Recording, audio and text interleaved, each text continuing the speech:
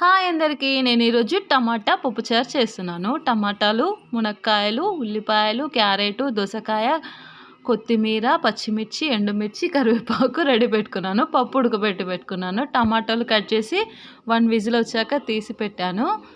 First గిన్నె పెట్టుకొని దాంట్లో కొంచెం ఆయిల్ వేసి పోపు దినుసులు వేసి టమాటా కొంచెమే వేసానండి. ఎందుకంటే మన టమాటా అది పులుపు ఎక్కువగా ఉంటుందని. పచ్చిమిర్చి, ఎండుమిర్చి వేసి కరివేపాకు వేసాను.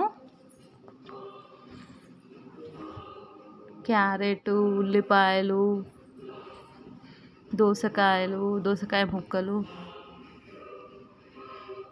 మేము ఎప్పుడు పప్పుచారు చేసినా గిన్నె నిండా కూరగాయలే ఉంటాయండి. పప్పు చారు మాత్రం ఉండదు. మునక్కాయలు వేసి అవి కొంచెం మగ్గే వరకే మూత పెట్టుకోవాలి. ఆ లోపు నేను టమాటా గుజ్జు తుంచి రసం తీస్తాను. ఈ టమాటాలు ఊరికే మెదిగిపోతాయి. మన టమాటాలు కదా, చాలా పుల్లగా ఉంటాయి. ఎంత కొంచెం చింతపండు వేసాను అంతే. అది కూరగాయలు కొంచెం మగ్గాక టమాటా రసం పోసేసి ఉడకబెట్టుకున్న పప్పు ఉంది కదండి, అది కూడా పోసేసాను.